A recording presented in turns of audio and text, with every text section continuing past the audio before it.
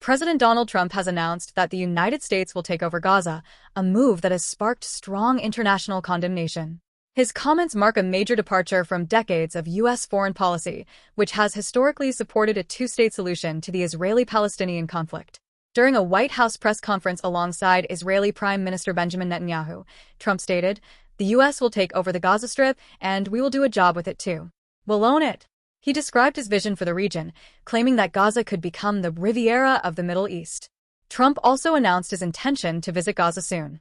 His proposal has been met with immediate backlash from Middle Eastern and European leaders.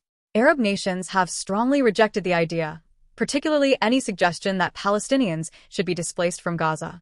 Saudi Arabia has reaffirmed its unwavering support for a Palestinian state and has made it clear that it will not normalize relations with Israel without a clear path to Palestinian sovereignty. Palestinian Authority officials have denounced Trump's plan, calling it a serious violation of international law. Justice Minister Shahribil Al-Zim stated, "I don't think that this land is for sale or for him to do an investment project.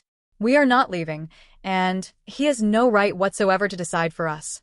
In the United Kingdom, Prime Minister Keir Starmer responded to Trump's remarks by insisting that Palestinians must be allowed to return home and rebuild. He reiterated the UK's commitment to a two-state solution and emphasized the importance of continuing the Gaza ceasefire deal negotiated between Israel and Hamas. During a session of Prime Minister's questions, Liberal Democrat leader Sir Ed Davey called Trump's remarks dangerous and asked whether the UK government would formally express its concerns to the White House. Starmer responded by focusing on the importance of ensuring humanitarian aid reaches Gaza, securing the release of remaining hostages, and allowing Palestinians to return and rebuild. Foreign Secretary David Lammy, speaking from Kyiv, also addressed the situation.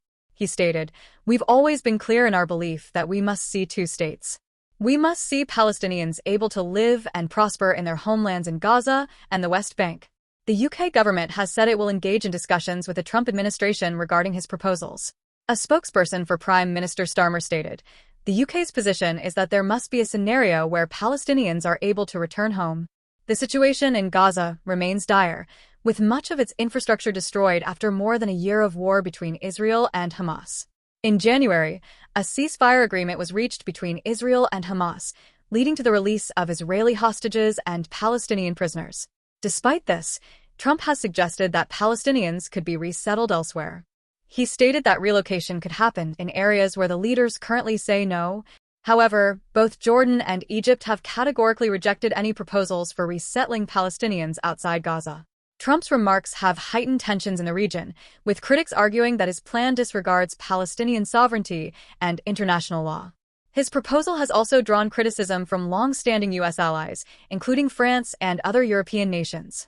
The Palestinian Authority continues to reject Trump's claims and insists that Gaza is not for sale. Meanwhile, the international community is closely watching how events unfold in the wake of this controversial announcement.